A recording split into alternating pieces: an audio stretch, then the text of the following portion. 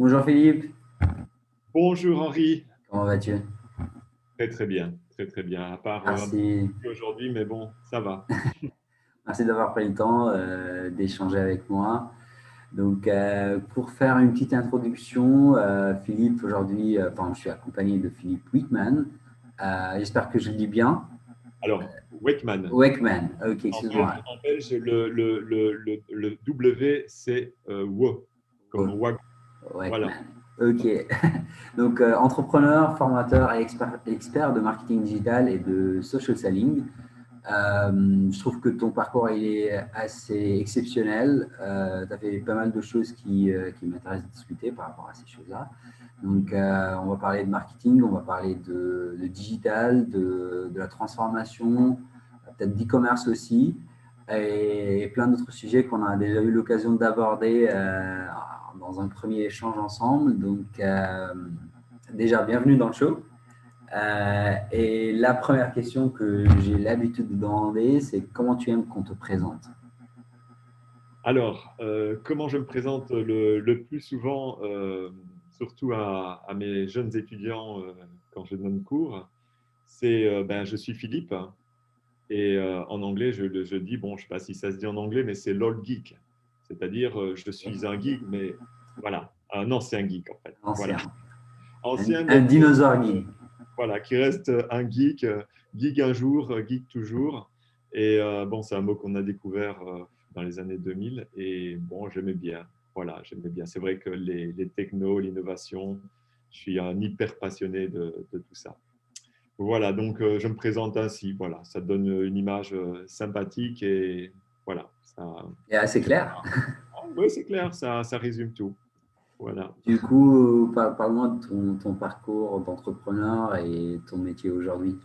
Ok.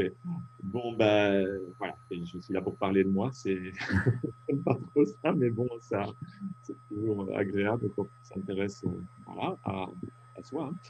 Hein. Bon, j'ai un parcours, bon, vous voyez, j'ai quand même un certain âge, donc mon parcours, il est déjà assez long. Je vais essayer quand même de le résumer pour pas qu'on y passe plusieurs heures. Pour ne pas faire un entretien d'embauche. Oui, oui, voilà, voilà.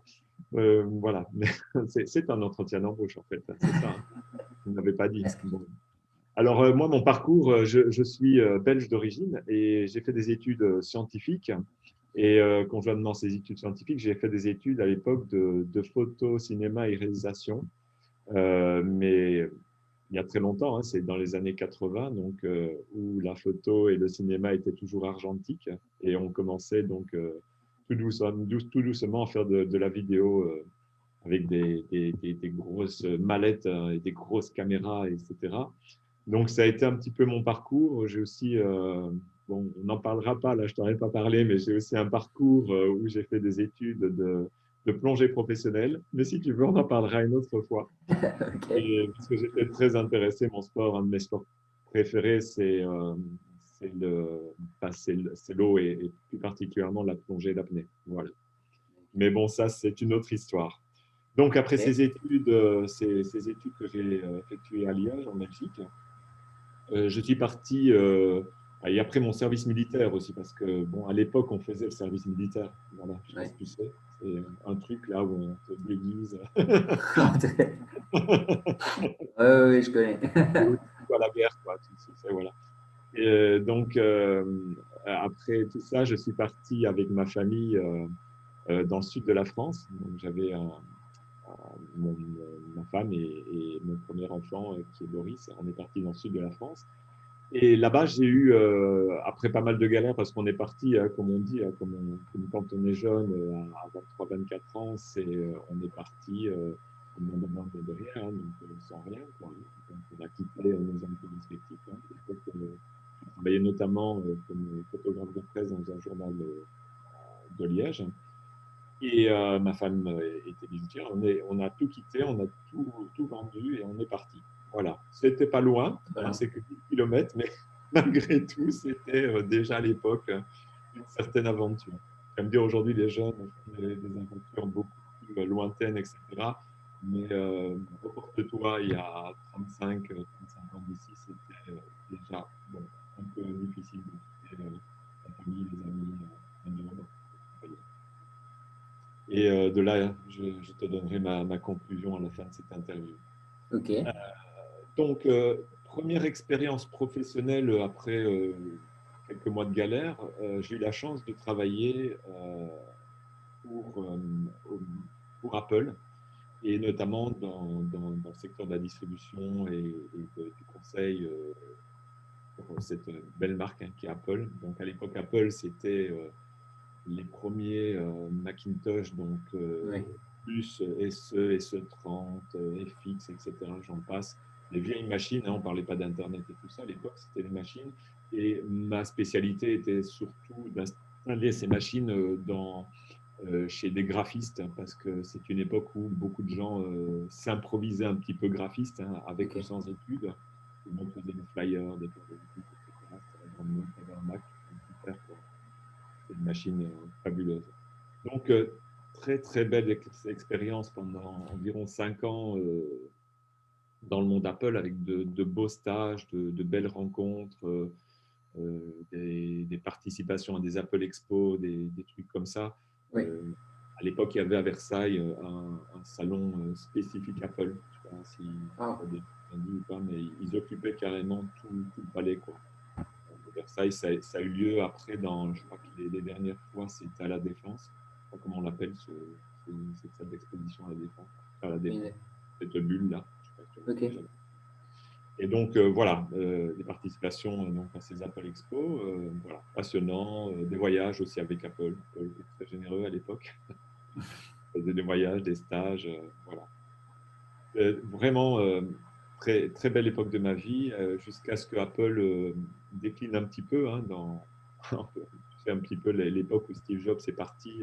ok, Bon, les machines, ça a un petit peu changé. Ils ont commencé à vendre leur licence pour faire des machines hybrides Apple, aux erreurs de la marque d'ailleurs.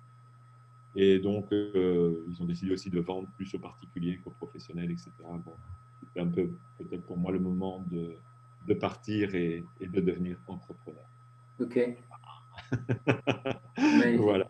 magnifique, ok, Donc, entrepreneur, oui, ben, ma première entreprise en tant que consultant, déjà à l'époque, hein, c'était en mode libéral. Donc, je me suis lancé dans le conseil pour l'informatisation des médecins, ok, toujours autour du monde Apple et d'un produit qui tournait à l'époque sous un environnement qui s'appelait quatrième dimension et qui permettait, c'est un logiciel hein, que les médecins avaient fait, avaient créé. Et enfin, on se chargeait de l'installation, de la distribution, et de la valorisation et voilà, de la mise en place du réseau, etc. En France.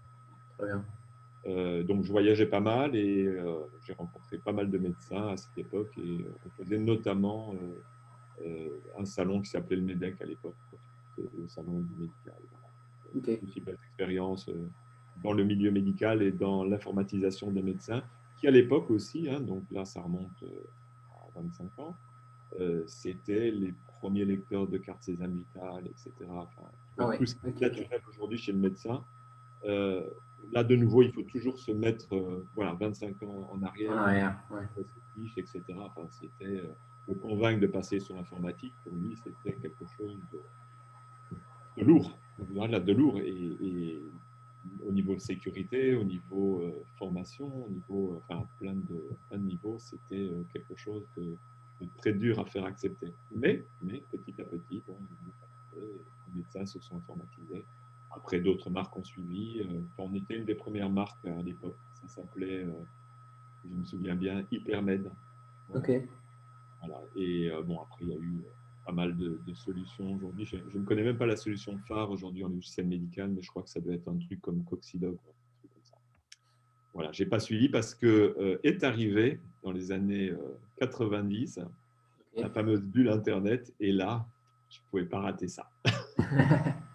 Tu as toujours été connecté à l'innovation et ça a toujours été Ouais, quelque ouais, chose qui ouais. t'intéressait. Quand j'ai vu ça, bon, je faisais pas autant de veille à l'époque parce qu'il y avait pas déjà Internet et puis Hmm, comment dire,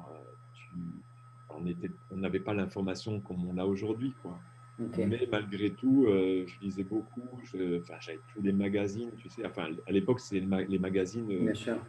fan des magazines Mac, tu vois. Je ne sais plus comment ça s'appelait, les magazines Mac, c'est SVN Mac, voilà. Ouais.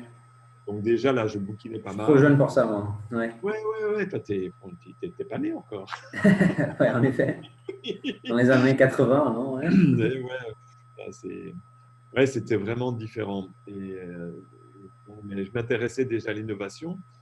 Et petite anecdote, jeune, j'étais déjà très attiré par l'informatique. J'ai pas eu la chance de baigner dans l'informatique dès mon plus jeune âge. J'ai découvert l'informatique, moi, avec Apple. Apple Ok. m'a engagé sans connaissance informatique. Wow. C'était un truc de fou.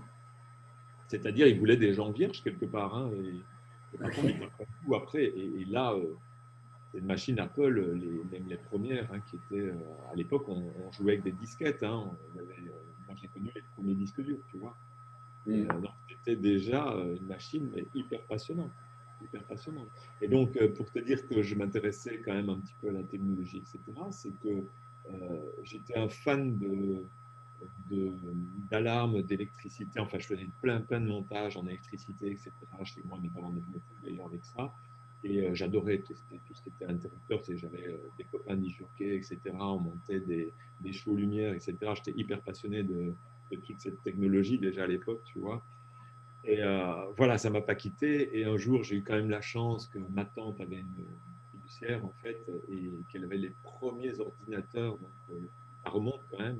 J'avais 16 ans, donc vraiment avant les années 80. Je ne sais pas si tu imagines les ordinateurs. Moi, Ouais. j'ai connu les ordinateurs avec les cartes perforées. C'est un truc de fou. Et les bandes, tu sais, là, comme on voit des fois dans des films. Oui. Et là, ma tante, j'ai développé avec ma tante et j'ai découvert les premiers programmes informatiques dans ces années-là et les premiers disques durs de 20 mégas qui étaient On a une énormes, quoi. taille, ouais. Ouais, ouais. Les ensembles, c'était fabuleux. Ouais. Et donc là, ça ne m'a pas quitté et j'ai continué à m'intéresser à l'innovation depuis ce jour-là. Et on ne parlait pas de numérique, de digital, etc. Et de là, j'en arrive à Internet dans les années 90 et à cette bulle qui m'explose à la figure, malgré la position géographique que j'avais qui était pas exceptionnelle parce que c'est pas là que ça se passait. On n'était pas encore c'était pas la Silicon Valley, Narbonne, Hmm. malheureusement. Euh, mais j'ai fait de Narbonne la Silicon Valley. Ah, très joli.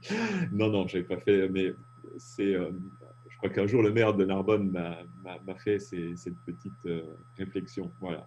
Ok. J'avais en fait créé un peu une petite Silicon Valley à Narbonne. Et, et donc, première découverte d'Internet, pour moi, ça a été les premiers modems pour se connecter déjà. Parce qu'avant, on se connectait avec un modem qui Ouais. faisait des porteuses, des choses comme ça. Il y a eu les modems après un peu numériques, avec le numéris de France Télécom. Tout ça coûtait extrêmement cher. Et je me souviens qu'à l'époque, j'ai déposé mes premiers noms de domaine, tiens-toi bien, avec une société qui s'appelait RapidSite, qui n'existe plus aujourd'hui. Et j'ai déposé ces noms de domaine aux États-Unis parce que tu ne déposais pas tes noms de domaine en France, ça n'existait pas encore. Ok. Et ces premiers noms de domaine, en fait, je l'ai écrit là tout à l'heure, parce que je m'en suis souvenu, on les payait 500 francs français. Ok. Alors, 500 francs français, c'est un peu l'équivalent de, bah, si je me trompe, de 70-80 euros, tu vois. C'est Ok. très cher. Wow. Voilà. Voilà, donc il fallait quand même un peu Pour avoir moi, de l'argent. c'était un bon nom de domaine qui est court avec un .com. C'était Voilà. intéressant comme nom de domaine. Ok. Là, à l'époque, c'était l'époque où il fallait investir, quoi. Ok. Donc, j'ai pris ma petite mallette et j'ai été trouver tous mes clients pour dire, oh là là, attention là, protection de marque, etc. Vous vous appelez telle marque, il faut faire attention, il faut déposer, quoi. Hmm. Donc, j'ai commencé à aller voir toutes les marques, etc., autour de Narbonne jusqu'à Toulouse, etc., tu vois, et pour leur dire, attention, parce qu'il va se passer quelque chose. Les Américains et tout le monde va pouvoir déposer un nom de domaine sans vous demander l'autorisation et même déposer votre marque. Et si vous n'avez pas la structure juridique, etc., derrière, pour faire opposition, pour vous défendre, etc., euh, voilà, c'était premier arrivé, premier servi, quoi. Comme ça. Aujourd'hui, il y a quand même il y a une jurisprudence, il y a quand même un contrôle des noms Ouais. de domaine, mais malgré tout, ça continue d'être premier arrivé, premier servi. Après, une marque va pouvoir attaquer effectivement quelqu'un qui aurait déposé Coca-Cola.com, par exemple. Mais bon, il est déposé, hein, bien sûr. Mais malgré tout, à l'époque, tu pouvais, je veux dire, enfin, Coca-Cola était peut-être déposé, mais tu avais des marques françaises hyper connues qui n'avaient pas encore leur nom de domaine. Et donc, toi, tu arrivais chez tes clients avec une paire d'antennes sur la tête en disant il faut déposer les noms de domaine. Les gens regardaient, c'est quoi ça? À quoi ça sert? Ah, mais les sites internet, l'hébergement, les emails.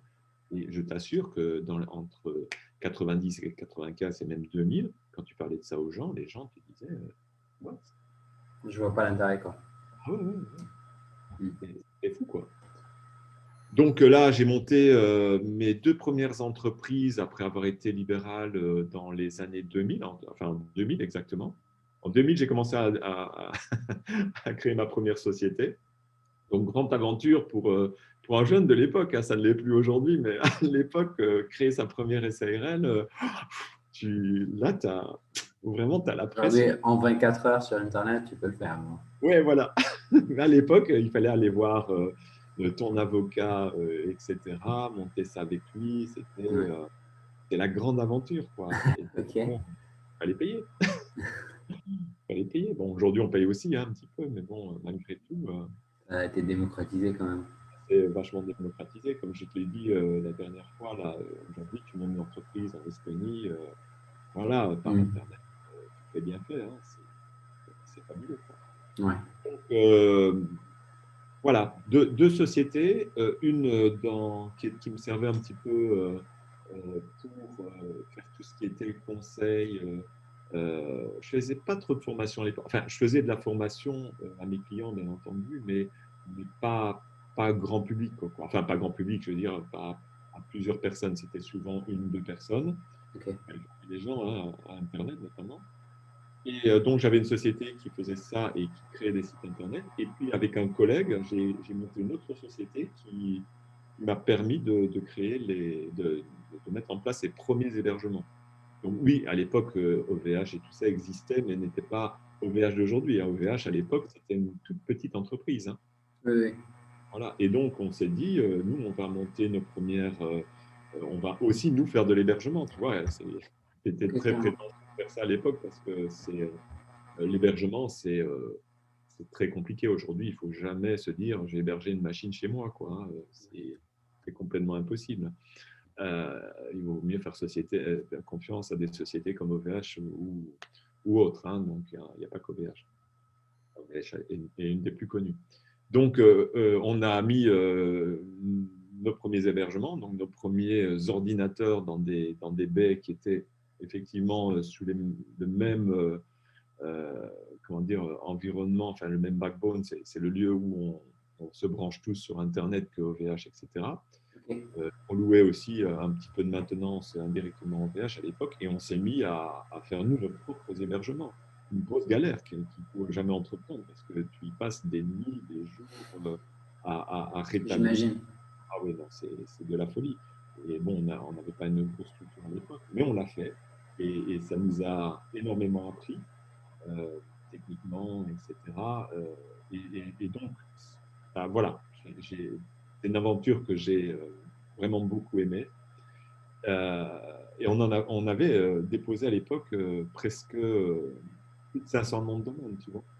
C'était déjà, à l'époque, c'était déjà énorme, quoi.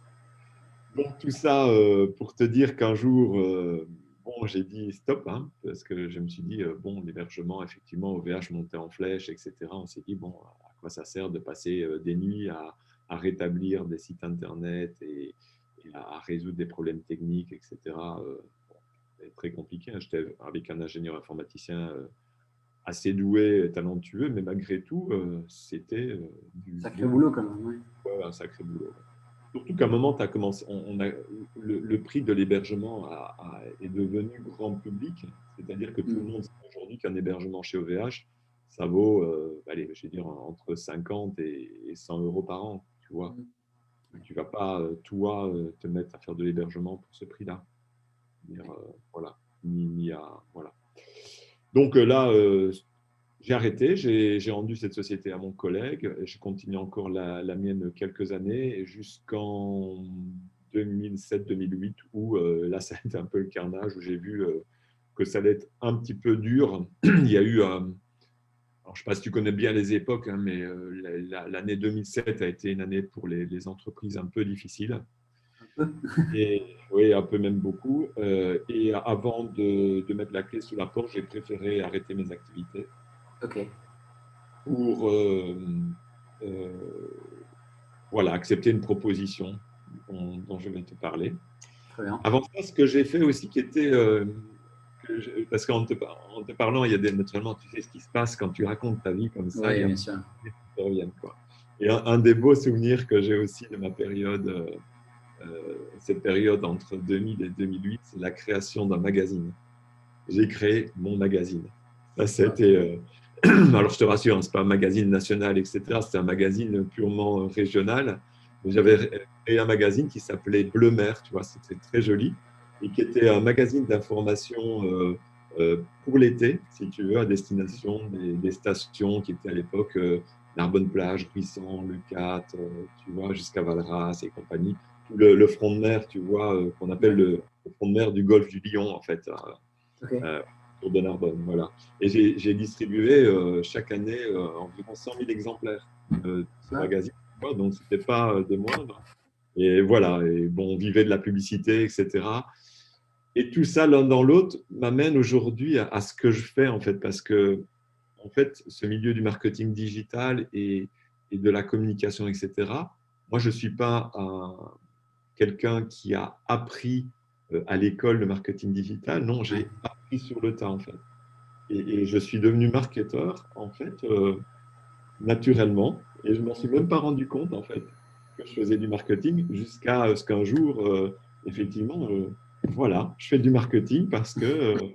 Et je me suis mis naturellement à beaucoup bouquiner, etc. Parce que bon, il y avait quand même des, enfin, il y avait des choses que je ne connaissais pas dans le marketing, mais je les ai apprises sur le tas et je suis devenu, allez, je suis devenu bon, quoi. Voilà, Ok. pour le dire. Voilà, parce qu'après, il y a effectivement des gens qui apprennent le marketing à l'école, etc. Mais n'empêche que, voilà, j'enseigne aussi le marketing, c'était absolument fou. Ben, sans avoir été à l'école, dans une Ouais. école. Voilà. Comme quoi, l'école, c'est quelque chose dont on pourrait parler aussi. Ouais. Et voilà, l'école n'est pas toujours nécessaire pour certains. Voilà. On peut aussi apprendre ça. Pour finir mon parcours, avant de parler de social selling, hein, parce que tu m'as demandé aussi de parler de social selling, donc 4 ans dans une CCI en 2008, donc jusqu'en 2012. Dans une CCI, alors tu débarques dans une CCI à l'époque, il n'y avait pas de site internet, il n'y avait pas vraiment de responsable de la communication digitale. Donc, je suis rentré dans une CCI avec, en fait, ce, ce profil. J'étais devenu, en fait…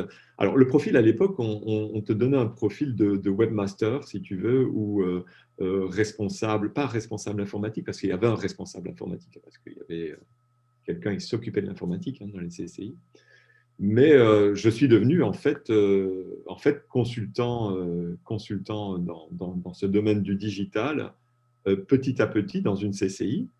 Et petit à petit, j'ai créé des tas de sites Internet dans cette CCI, dont le site principal, puis tous les sites associatifs et associés à la CCI. Je me souviens avoir monté un site qui permettait de fédérer en fait des bons d'achat chez des commerçants, tu vois, des choses comme ça. Ok. Oui, donc dans cette CCI, j'ai monté pas mal de choses et c'est là qui a été le déclic des réseaux sociaux pour moi dans les années donc 2006-2007. Je ne me suis pas directement intéressé à Facebook parce que, alors petit rappel, hein, 1999 Google, 2004 Facebook, 2005-2006 Facebook, c'est l'entrée en France petit à petit, quoi. Donc, moi, Facebook, bon, pas vraiment très, très attiré par Facebook à l'époque. Par contre, un réseau social qui m'a tout de suite flashé, ça a été Twitter. À l'époque, à la CCI, donc, je m'occupais d'une revue de presse, une revue de presse donc, que je devais constituer chaque jour euh, grâce aux journaux papier. Alors, ça, c'était complètement fou, hein. On devait découper des articles dans les journaux papier, constituer un dossier, l'imprimer et l'envoyer dans les différents services. Et là, je me suis dit, non, attends, là, on ne peut pas faire ça. Aujourd'hui, à l'heure du digital, du numérique et de tous les outils qu'on avait, notamment d'Internet, je vais le numériser. Et donc, j'ai créé un programme pour emmagasiner tous les articles sur une base de données de façon à pouvoir très facilement interroger cette base de données pour retrouver un article d'il y a 3 ans, 4 ans, etc. et constituer cette revue de presse sans devoir chaque fois imprimer, etc. Donc là, tout le monde était ravi de pouvoir consulter la revue de presse sur son ordinateur. De là, donc, je me suis intéressé à Twitter et je me suis dit, mince, alors Twitter, c'est incroyable. Je commence à regarder et là, plein de nouvelles arrivaient avant que ces nouvelles arrivent dans les journaux, à la radio, à la télé. Et je me dis, bon, on ne parlait pas encore de fake news et tout ça à l'époque, hein. Je pense que Twitter, à l'époque, était, alors, entre guillemets, plus propre qu'aujourd'hui, où il y a effectivement beaucoup de fake news, hein, pas que sur Twitter. Mais à l'époque, en faisant pas mal de recoupements et en faisant attention, naturellement, on arrivait à avoir vraiment de l'info hyper pertinente avant tout le monde. Et c'est là que j'ai commencé à vraiment m'intéresser à Twitter. C'était l'époque, alors je ne sais pas si tu as ce souvenir-là, c'est l'époque je regardais un film justement hier à propos de ça, c'était l'époque du printemps arabe, c'était l'époque de DSK, de l'affaire DSK, etc. Et toutes ces informations arrivaient comme ça à la figure, mais avant qu'elles soient dans les journaux, quoi. C'était complètement fabuleux. Et de là, donc, j'ai commencé à faire ma petite revue de presse, mais aussi en m'inspirant de Twitter. Et là naturellement, la CCI, on s'est dit, waouh, qu'est-ce qui se passe, quoi? Comment tu arrives à avoir une information qui n'est pas encore dans les journaux, etc.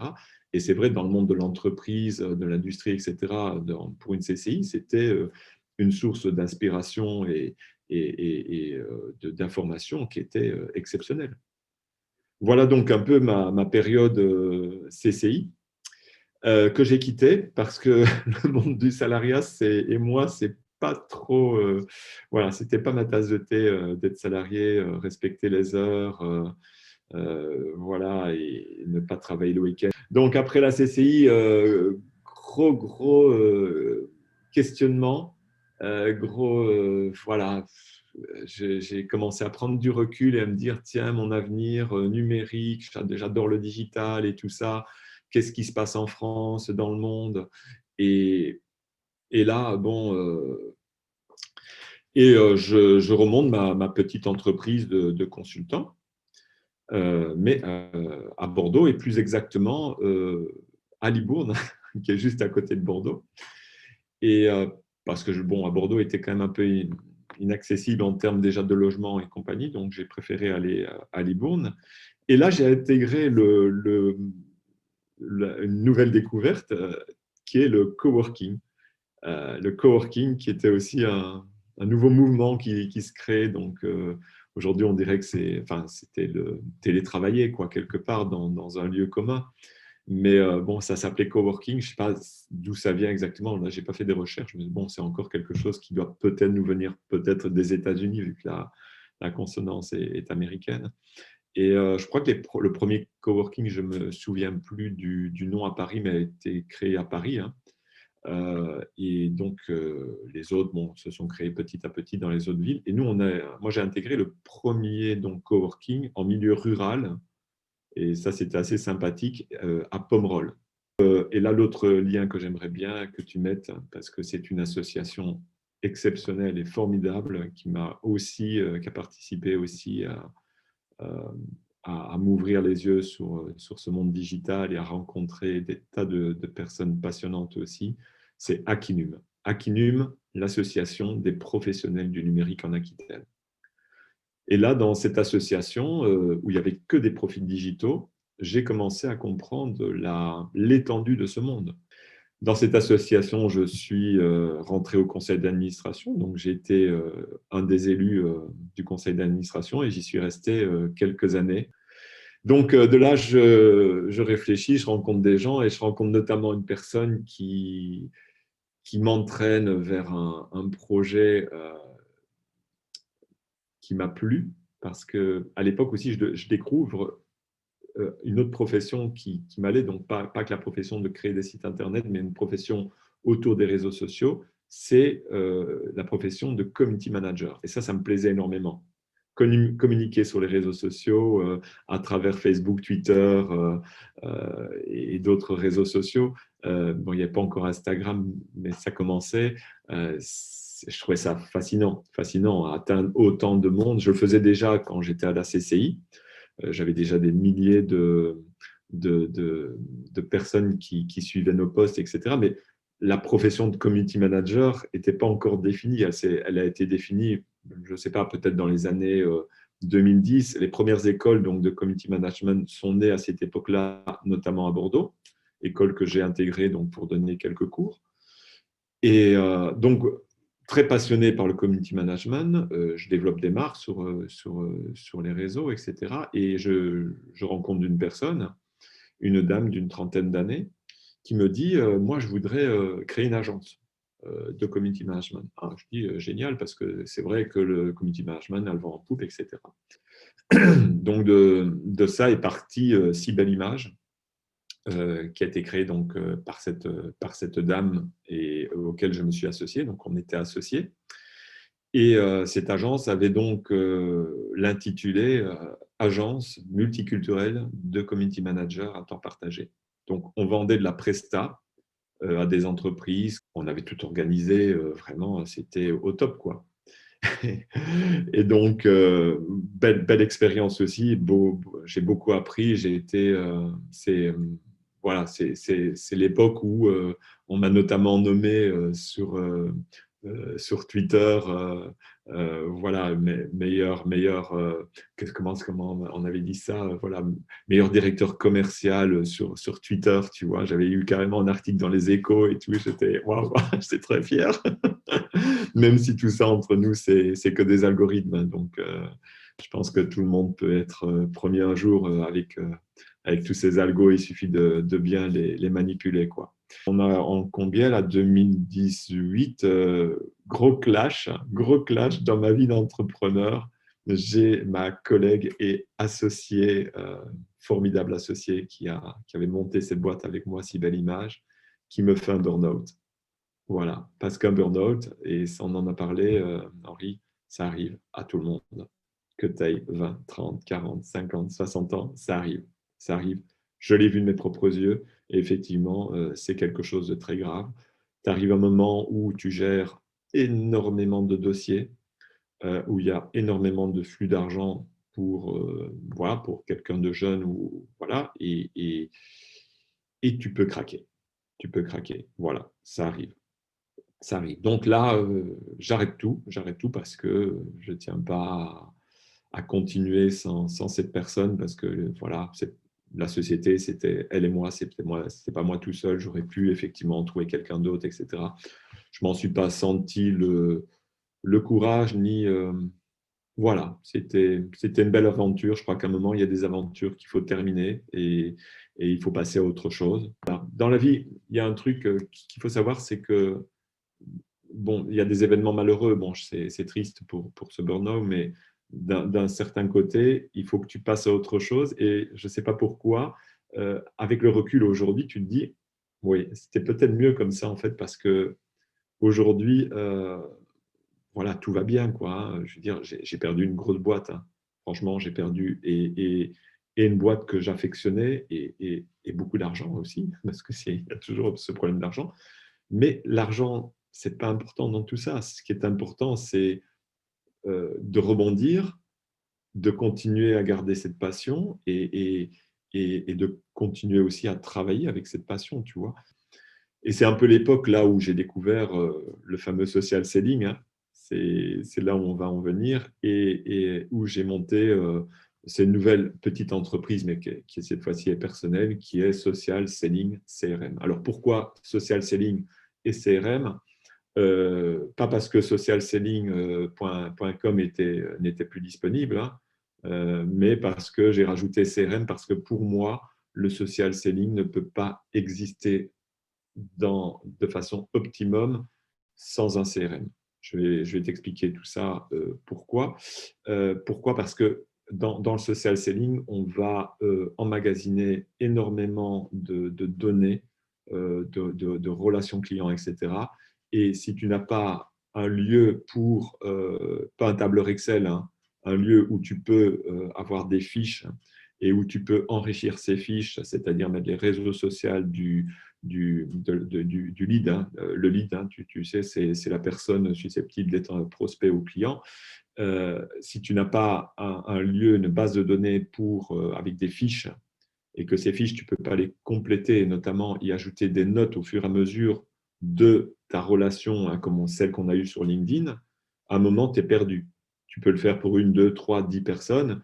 À un moment, quand tu as des relations avec une centaine de personnes, si tu n'as pas derrière un outil, hein, qui est un CRM, pour gérer tout ça, tu vas t'en mêler les pinceaux, quoi.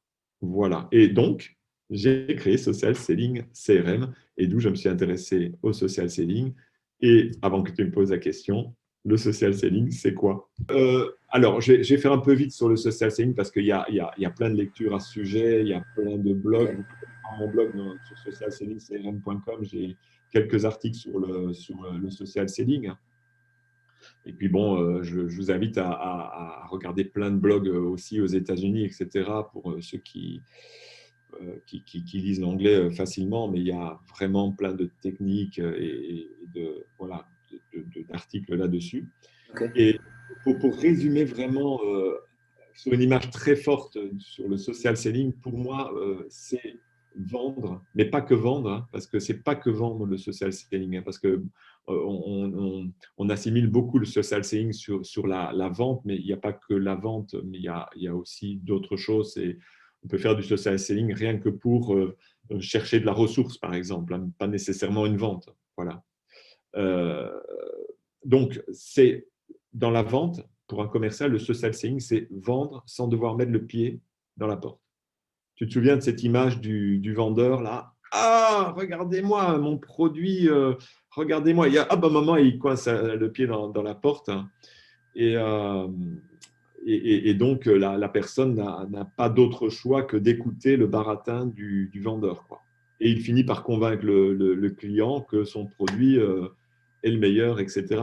Je peux aussi assimiler cette vente à celle que tu vois sur les marchés, tu sais, avec le mec avec son micro, là, qui commence à…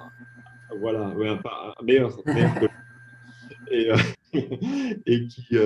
et qui commence à convaincre les gens à venir Ouais. sur son stand et qui va finir par vendre ses couteaux.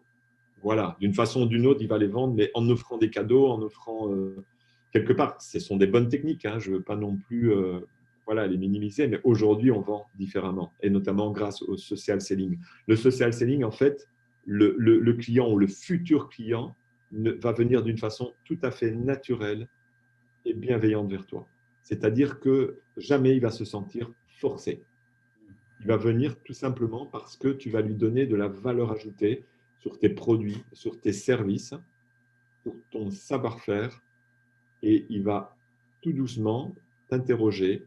Va s'instaurer un climat de confiance, des échanges, pas commerciaux, des échanges de messages qui sont tout simplement pas des messages de vente. Il y en a qui le font hein, sur les réseaux sociaux, qui vendent à l'arrache aussi, mais ce n'est pas la bonne technique. La bonne technique, c'est de prendre contact dans un premier temps, d'échanger et surtout de donner, donner, donner. Parce que, en fait, travailler sur Internet, et je pense que si tu as d'autres personnes qui font un peu le même job, c'est qu'il faut savoir donner pour recevoir. Si tu ne donnes pas un max, tu ne recevras jamais rien. Si toi, tu ne fais pas une vidéo, deux vidéos, trois vidéos, quatre vidéos, cinq vidéos, petit à petit, ton ton réseau, il augmente, voilà, et tu auras plus de likes, plus de vues, etc. Mais tu auras donné, donné, donné, donné. Voilà. Ouais. Avant même de te dire, bon, qu'est-ce que je peux recevoir? Récolter quelque chose. Voilà, c'est ça, c'est ça.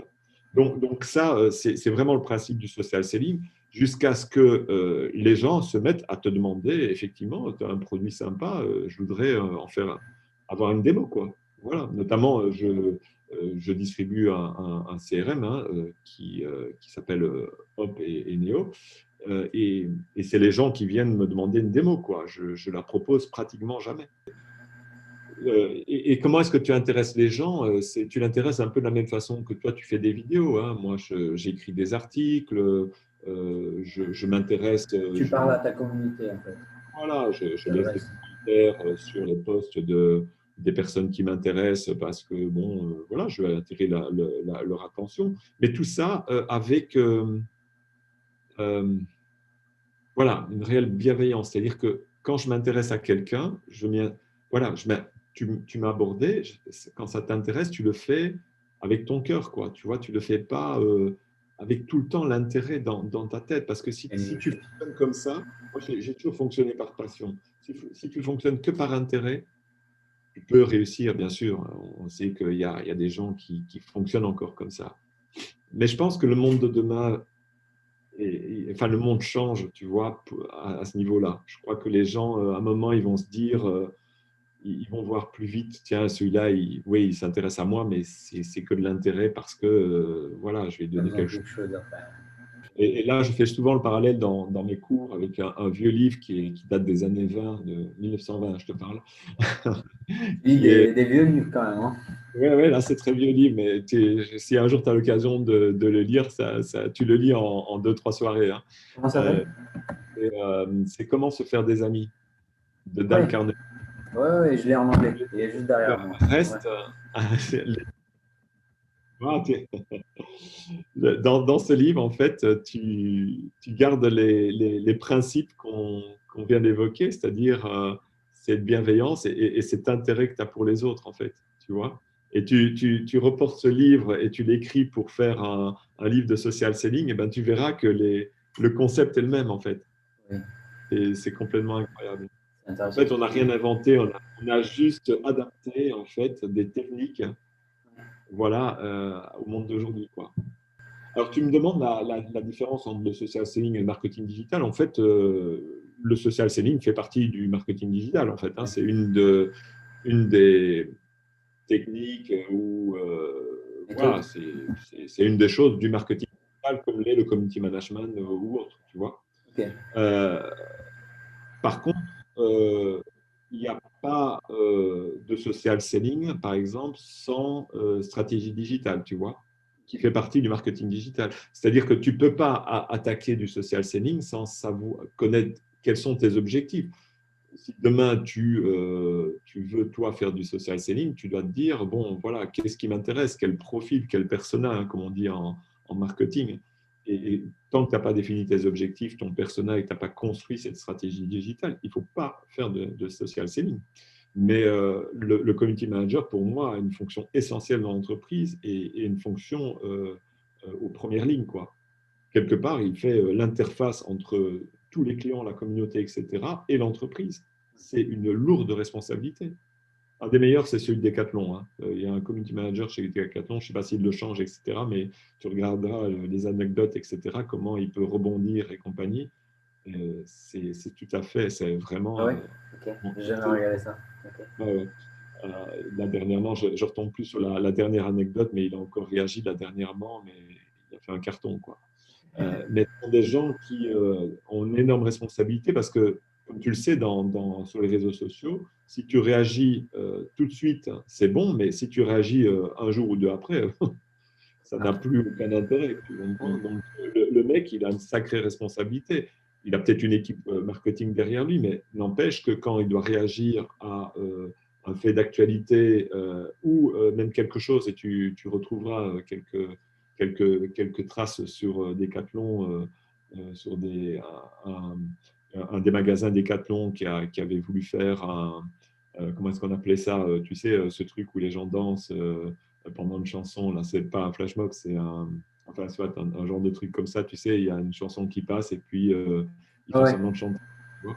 Et puis, bon, ils font un truc, mais ça avait été un désastre, tu vois, ils avaient fait ça, mais c'était à pleurer de rire, et naturellement, les internautes ont commencé à se moquer de leur interprétation d'un tube d'une chanteuse américaine, et ça a fait boule de neige, mais en fait, ça a servi la marque parce que le community manager a réussi à reprendre ce truc, mais complètement bullshit, etc., et en faire une force, quoi. ouais, C'est-à-dire, il s'est dit, waouh, je veux dire, c'est vrai, il chante mal, mais moi, j'aurais pas fait mieux, tu vois, ouais, tu ouais. vois. Et de fil en aiguille, il est arrivé à éteindre le feu, et la conclusion, c'est il a réussi à mettre cette vidéo sur la chaîne YouTube de la marque, tu Ouais, vois. ouais, ouais, Et c'est de pas dire à facile, tout le c'est pas monde, évident. voyez, on assume. Et Ouais, en fait, il y a eu des millions de vues, et la marque, pouf, est montée, tu vois, sur un truc qui aurait pu faire qui aurait pu être un désastre, quoi. Comme quoi, tu vois. ouais. Et sinon, tu te spécialises aussi dans l'e-commerce, donc dans le Oui. marketing de l'e-commerce. Et j'ai lu quelques-uns de tes articles concernant cette évolution, enfin l'évolution du commerce classique vers l'e-commerce. Et ça m'intéresse de comprendre ton point de vue et quel sera le futur dans ce domaine et est-ce qu'on perdra l'expérience physique un jour, quoi. Alors, là, la réponse que je vais te donner est assez simple. Oui, donc je fais des sites e-commerce depuis très longtemps.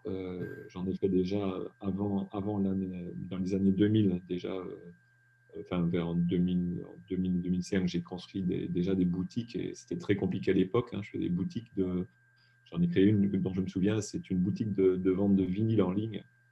Et c'était assez laborieux de faire une boutique de vente en ligne à l'époque. Depuis, bon, il y a WooCommerce, il y a PrestaShop, il y a Magento, il y a plein d'outils qui facilitent la chose. Donc, tout le monde peut se mettre à l'e-commerce. Mm. Aujourd'hui, je forme des gens en très peu de temps en e-commerce, hein, mais de façon autonome, hein.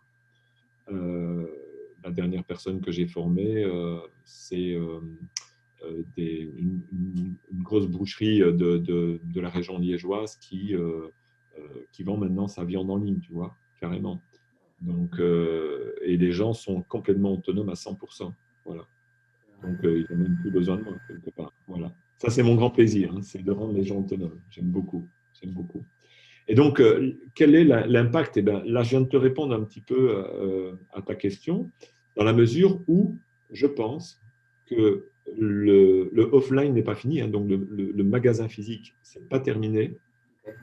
Il se transforme et il se transforme, mais malheureusement, il faut que les gens comprennent que cette transformation, c'est obligé. C'est peut-être pas nécessaire dans l'immédiat, mais dans les prochaines années, ceux qui ont pas franchi le pas dans cette transformation digitale, parce qu'on parle de transformation digitale des entreprises, mais il y a aussi une transformation digitale des commerces, des artisans et tout ça. Tout le monde doit s'en transformer digitalement. Donc, pour moi, les magasins physiques doivent évoluer vers des solutions e-commerce.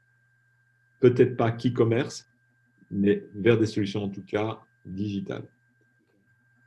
Aujourd'hui, un magasin qui ne propose pas aussi ses articles, ses produits, ses services sur Internet, de quelque façon que ce soit, ça peut être ne fût-ce qu'une page sur Google My Business, une page sur Facebook, de la publicité sur Facebook ou sur Google, etc. Ce n'est pas qu'avoir un site e-commerce, pour bien t'expliquer, mais c'est d'avoir une démarche proactive vers le digital. Voilà. Ceux qui ne le feront pas auront perdu.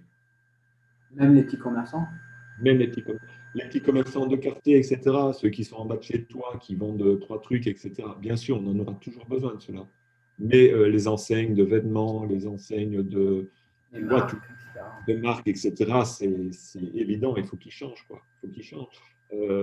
Bon, on va aller de moins en moins, enfin, on va encore à la FNAC, etc. Bien sûr, la FNAC, ça reste culturellement une enseigne hyper intéressante où il y a des gens hyper talentueux qui vont donner des super conseils, etc. Mais la FNAC est naturellement à fond sur Internet, en e-commerce aussi, hein. bien Oui, sûr. oui, On sait qu'à un moment, ben, petit à petit, les gens vont moins commander euh, sur l'Internet. Mais bon, il y a toujours ces personnes qui on a toujours envie de toucher, de voir en réel. Tu vois, il y a des gens comme oui, moi. Moi, je m'en fous. Je peux acheter n'importe quoi sur Internet qui m'intéresse. Je sais que bon, si j'ai bien la fiche technique, les avis, etc., et que je recoupe bien tout, etc., je sais que l'objet que je vais recevoir, bon, correspondra complètement à ce que j'attends. Tu oui. vois, je ne vais pas acheter un drone à la FNAC, tu vois. Je vais l'acheter en correspondance. Et Ok, voilà. entendu. J'ai googlé 50 fois sur YouTube, j'ai plein d'avis. Je sais que c'est cette marque-là qu'il me faut, quoi. Oui, Hein. ça dépend de ce que tu as fait pour aboutir à acheter, quoi, à ton achat. C'est ça. C'est la démarche que tu as fait, la recherche, à quel degré tu maîtrises ton sujet. Mais en effet, comme tu disais, en fait, je pense que quand tu connais pas vraiment l'objet que tu achètes, tu as besoin d'un avis d'une personne physique et ça fait toujours la différence que ce soit un ami ou un conseiller de vente dans un magasin Fnac, quoi. C'est ça. Surtout enfin, on parle de Fnac, mais même les autres magasins aussi en France, les personnes qui travaillent là-bas, ils ne sont pas des vrais vendeurs en soi. Enfin, ils sont plus des conseillers que des vendeurs. Ils s'en foutent si tu achètes ou pas, quoi. Je ne sais pas si tu La te souviens, plupart à des fois. l'époque, là, il faisait ces petits cahiers, tu vois, techniques, hein, tu te souviens, qui étaient hyper complets, où tu avais tous les produits, quoi, avec des fiches techniques, etc. Et il faisait un truc super, avant même Internet, tu vois. Et en fait, ils avaient déjà inventé les fiches techniques qui allaient avoir lieu sur les sites e-commerce, etc., avec les avis et les conseils FNAC, les points forts, les points Oui, faibles, etc. Tu vois. Et tout ça, aujourd'hui, tu le retrouves sur Internet. Donc, les gens, pourquoi est-ce qu'ils vont aller dans un magasin alors que, je sais pas, un drone Intel, c'est un drone Intel, quoi. Qu'ils aillent le voir à la FNAC, ça va rien leur apporter. Ils pourront de toute façon pas le faire voler. Au pire, c'est vrai que tu peux essayer aujourd'hui un téléphone, mais un téléphone, tous les téléphones se ressemblent quelque part au niveau interface et compagnie. Voilà, c'est là qu'il y a vraiment une grosse interrogation sur le magasin physique. Mais le magasin physique qui reste performant en tant qu'expertise, montrer des produits, etc., mais qui propose aussi une solution online, ceux-là gagneront. Même le petit commerçant qui se dit, là, moi j'ai des restaurants, des coiffeurs dans ma clientèle, des gros salons de coiffure aussi. Si le salon de coiffure aujourd'hui ne fait pas sa publicité online, il est foutu. Il est mm, foutu. Il continuera à garder sa clientèle de proximité, de bouche-oreille, etc. Mais le coiffeur à côté, et moi dans des villes, je ne sais pas combien il y a de coiffeurs comment dire, à Paris, mais dans certaines villes comme Bruxelles ou autres, ou Bordeaux, tu en as une multitude, c'est des centaines. Hein.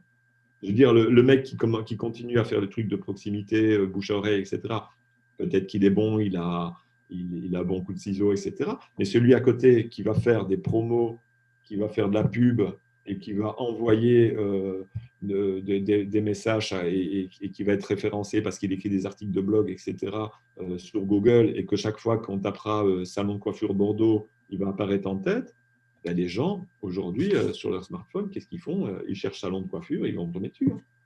Ils iront pas, ils iront peut-être pas chez le meilleur, mais ouais, ils iront chez celui qui va faire le plus de communication, visibilité.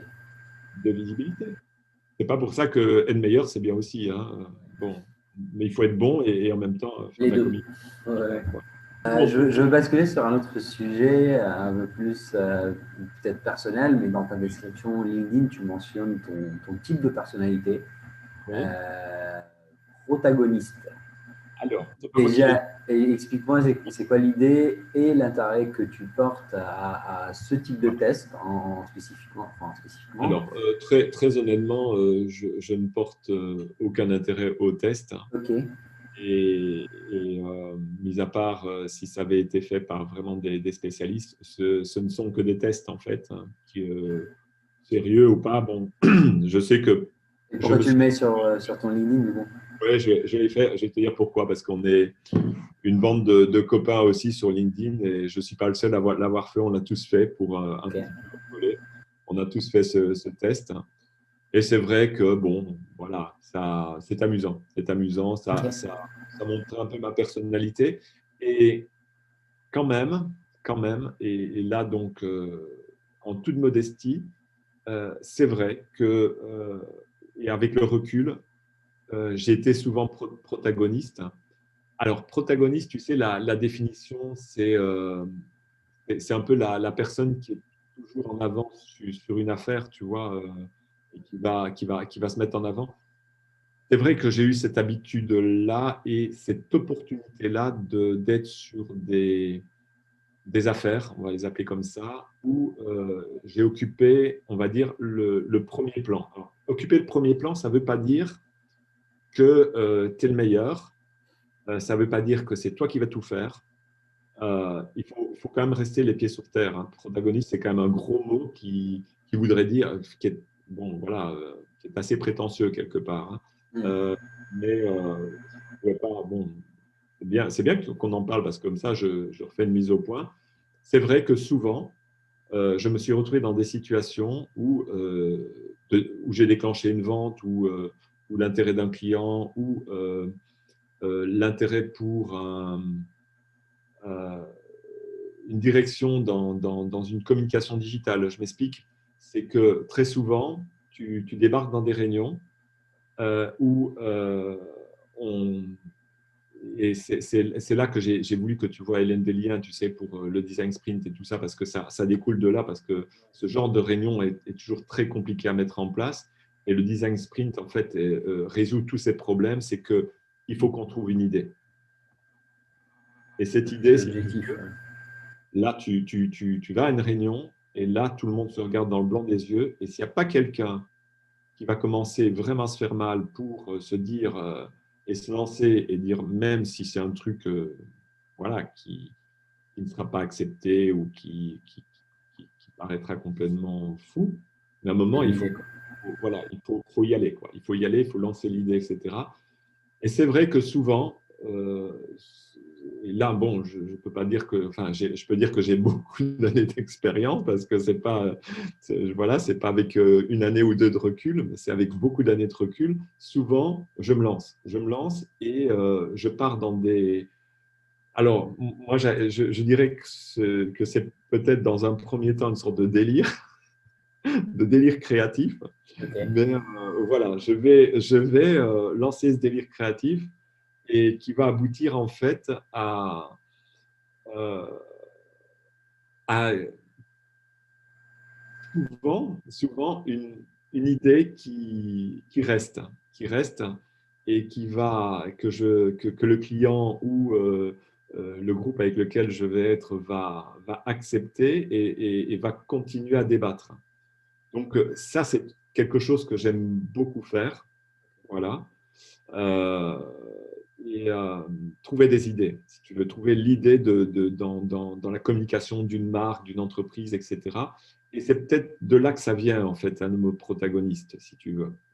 C'est que je lance l'idée, après, il m'arrive de lancer des idées complètement folles, ou derrière, si j'ai pas, je vais te donner une connerie, un truc, un exemple facile, mais si derrière, j'ai pas le bon codeur ou le bon mec qui va faire de l'UX ou un truc comme ça, je me lance dans une idée qui est casse-gueule, quoi, tu vois, où je vais pas avoir la ressource.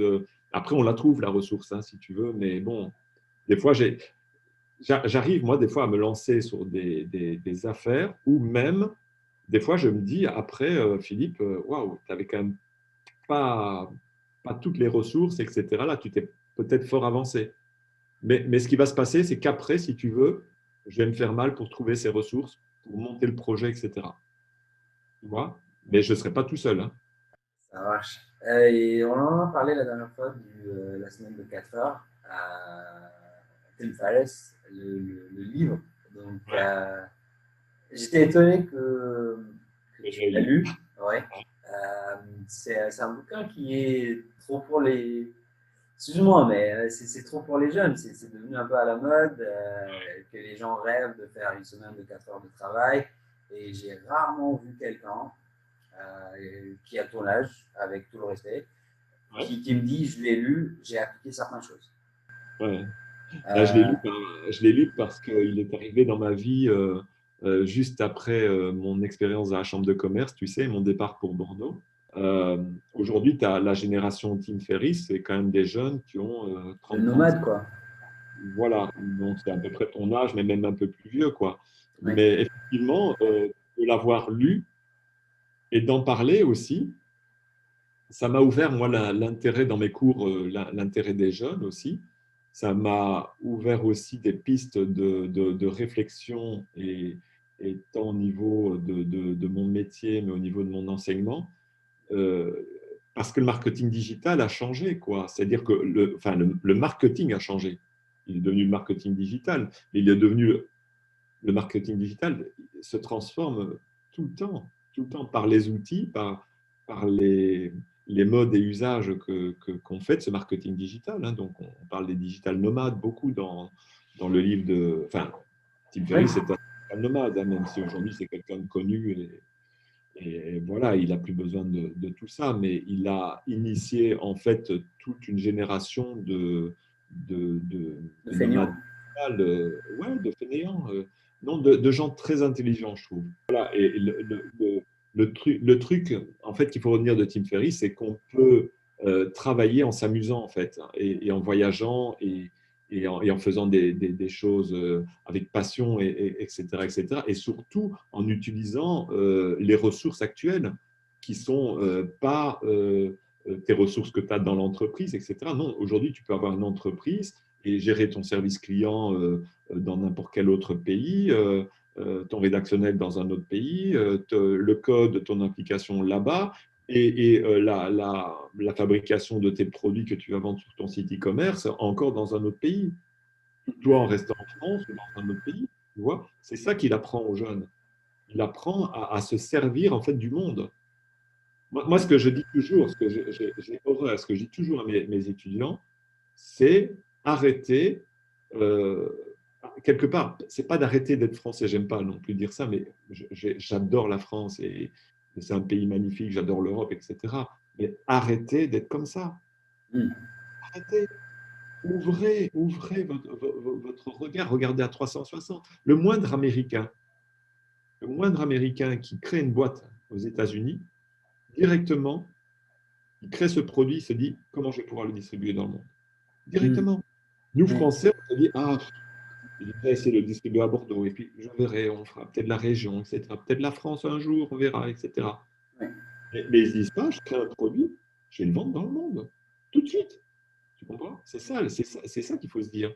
Pour te dire que ce qui est pas important, c'est d'avoir 3 baraques, 6 bagnoles. Tu vois, ce qui est important, c'est ta passion, c'est voyager, te sentir bien, même si plutôt que d'avoir 3 baraques, tu as un pied-à-terre à Paris, un pied-à-terre à New York et un autre à Madagascar, tu vois.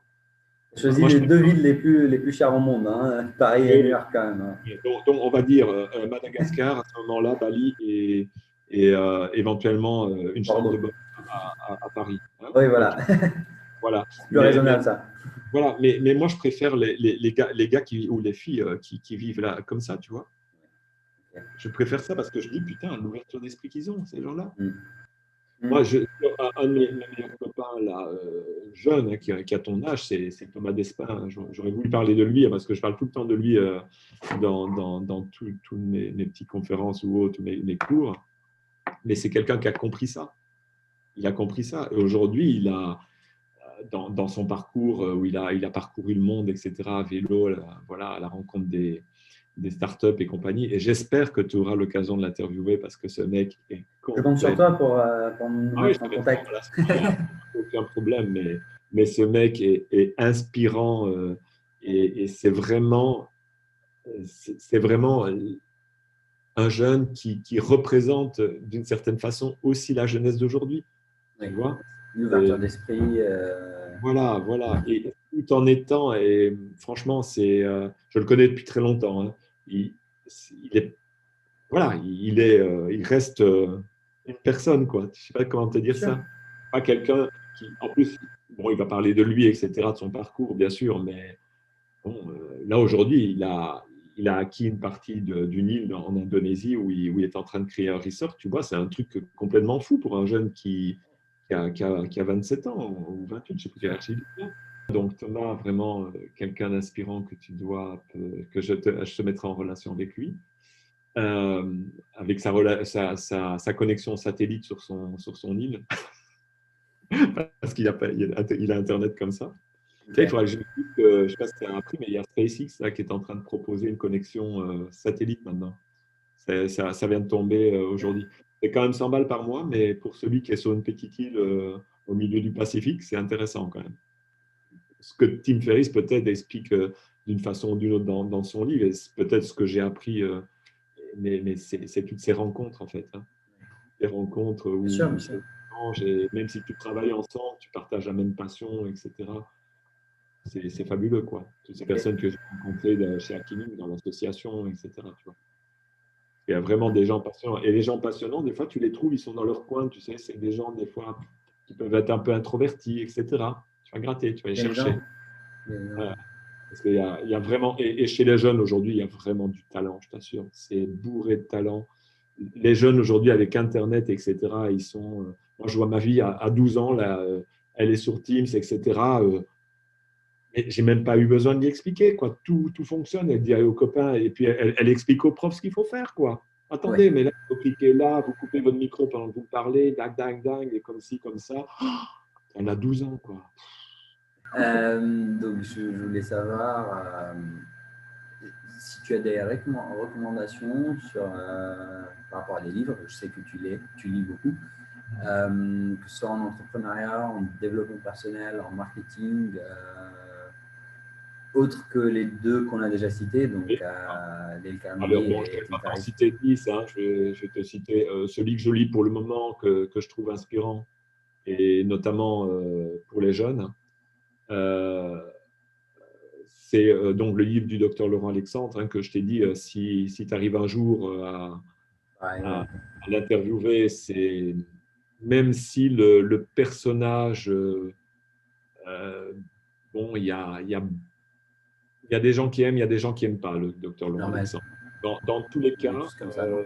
il dit des choses hyper intéressantes et aussi très inspirantes. C'est quelqu'un qui doit avoir mon âge, mais qui a un fort passé dans le digital. Hein. C'est le créateur de Doctissimo.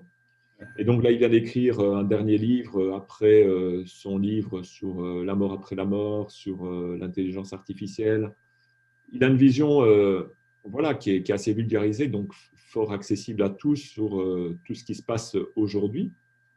Et le dernier que je lis, c'est Jouissez et jeunesse. Il donne cet espoir incroyable aux jeunes, et il fait passer ce message que le monde ne va pas si mal que ça, quoi. Et même, il va pas mal du tout.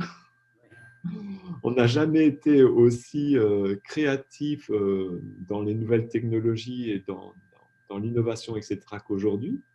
Effectivement, il y a des choses qui ne vont pas. Le CO2, tu Réchauffement vois, climatique, tu ouais, écoutes c'est les écolos, je veux dire, tu te dis, waouh, c'est la fin du monde, quoi.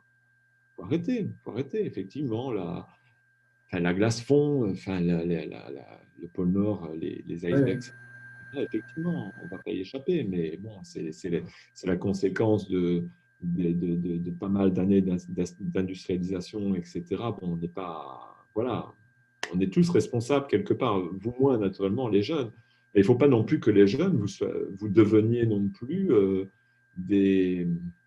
qu'il appelle des écolo-terroristes, quoi. C'est-à-dire de se dire, bon, la fin du monde approche, il faut arrêter de faire tourner des data centers. Quelque part, il faudrait, bon, il faut pas qu'il y ait la 5G. Quelque part, il faudrait que Google mette moins de ressources en place, tu vois, qu'on supprime ce qu'on est en train de faire, là, les vidéos en ligne, etc. Parce que là, pendant qu'on est en train de parler du CO2, purée, on en consomme un max, hein, Ouais, tu vois. ok. Hein, donc tout ça, effectivement, il dit haut et fort, ça va pas si mal. Et ça a été plus mal que ça, beaucoup plus mal. Voilà. Et donc, cette note, il met une grosse note d'optimisme sur tout ce qui va, tout ce qui va se passer. Et il essaye quand même de se dire, bon, arrêtez d'être collapsologue, etc., quoi, hein. C'est pas la fin de l'humanité. On va pas tous partir sur Mars dans 5 ans ou 10 ans. Hein. 15, Mais plutôt 15-20. Ou 15 ans, voilà. Mais je sais pas, Elon Musk vient de donner une date, hein, en 2025 ou un truc comme ça. Hein. Ouais, Il a- il donne depuis tout le temps. Il a des dates en tête, mais à voir Mais s'il ça, va réussir. Ça, c'est pour un moi, autre game. c'est un de mes préférés aussi, hein. Ouais, Enfin, ça a été Steve Jobs et puis j'ai lu les bios de. Bah, les bios, il faut toutes les lire, hein, voilà. Si vous... C'est hyper inspirant, les biographies. Il faut lire celle d'Elon Musk, il faut lire celle ouais, de. je l'ai lu, celle de Elon Musk, mais je n'ai pas lu celle de Steve Jobs, non. Il faut lire celle de Steve Jobs. Il faut écouter c'est vieux, mais il faut écouter le discours de Steve Jobs à Stanford. Ouais, ça, je l'ai. Ouais. C'est génial, tu vois. Et puis, plutôt que de lire des livres, hein, parce que tout le monde n'aime pas lire, hein, euh, regardez des TEDx, hein. Et ne regardez pas que des TEDx en français, regardez des TEDx qui viennent d'outre-Atlantique, quoi. C'est plein d'inspiration, quoi. Mais vraiment Ok. beaucoup. Ne Ce regardez qui pas que les. montre à ma question, c'est quel conseil tu donnes aux entrepreneurs de la nouvelle génération, enfin, aux jeunes qui souhaitent entreprendre, etc. Euh, Ben, le seul conseil, je l'ai dit 50 fois, hein, c'est passionné. Soyez passionné. Soyez passionné parce que vous faites, ne faites pas quelque chose qui ne vous passionne pas. Euh, et surtout, vivez vos rêves. Vivez vos rêves. Et voilà, c'est ça parce que tout est permis en fait. Tout est permis. Tout est permis. Je pense que le jeune aujourd'hui, voilà, s'il a une tête bien faite, comme on dit, hein, il peut faire tout ce qu'il veut, tout ce qu'il veut, avec ou sans moyens. C'est pas une question de moyens. Je veux dire, vous avez tout ce qu'il faut pour faire quelque chose de magnifique et avec passion. Et c'est pas que changer le monde, parce que enfin, moi, je crois que chacun, de notre façon, on change le monde. Voilà, même si nous, notre petite conversation a peut-être, et je l'espère, ouvert peut-être l'esprit d'une ou deux personnes en se disant, tiens, oui, c'est bien, etc. Je ferais bien ci, je ferais bien ça, ah, c'est une bonne idée. Tiens, je contacterais bien Henri, je contacterais bien Philippe, je contacterais bien Thomas ou Nicolas, etc. Tu vois. Tiens, un community manager, c'est une chouette profession, tu vois. Tout Ouais. ça, voilà, c'est magnifique. Je crois qu'aujourd'hui, on a beaucoup de chance, vraiment. Mm. Chance. Il y a beaucoup de pression, euh, mais on a aussi beaucoup de pression hein, sociale, etc. Mais on a aussi beaucoup de chance d'avoir toute cette techno autour de nous et toutes ces opportunités. C'est vrai qu'aujourd'hui, on peut moins voyager, etc. C'est une sale époque hein, pour les jeunes. Moi, je suis vraiment hyper triste pour eux. Mais, euh, je veux Ça dire, doit aller dans 2 ans quand même. Enfin, ouais, voilà, on va continuer à voyager, etc. Voyager, c'est aussi. Enfin, moi, j'ai eu la chance de voyager aussi un petit peu, mais voilà, visiter les États-Unis, New York, San Francisco, faire un road trip, partir le sac au dos. Il faut pas être riche pour ça. Faut vraiment pas être riche, hein. c'est Euh, démocratiser aussi les voyages. Donc, voilà, ça s'est démocratisé. Aujourd'hui, tu as des plateformes pour être accueilli à gauche, à droite, etc. Moi, j'ai logé dans des trucs à San Francisco, je veux dire, où on était, je sais pas, 10 par chambre, quoi, hein. Ça m'a pas gêné, hein. Et j'avais 45 piges, hein, tu vois. ouais. J'y suis allé, quoi. C'était dingue. C'était dingue. Du coup, Philippe, je te donne le mot de fin. Ouais. Donc, le mot de la fin, donc j'espère déjà qu'ils sont arrivés au bout de cette vidéo. Je l'espère aussi. Ils ont eu le courage. Le mot de la fin, c'est souriez, soyez bienveillants, soyez optimistes et profitez de la vie chaque jour. Voilà. C'est pas que de moi, hein, c'est aussi de Steve, hein. Voilà. Mais ça, c'est important. Voilà. Et je te remercie vraiment beaucoup.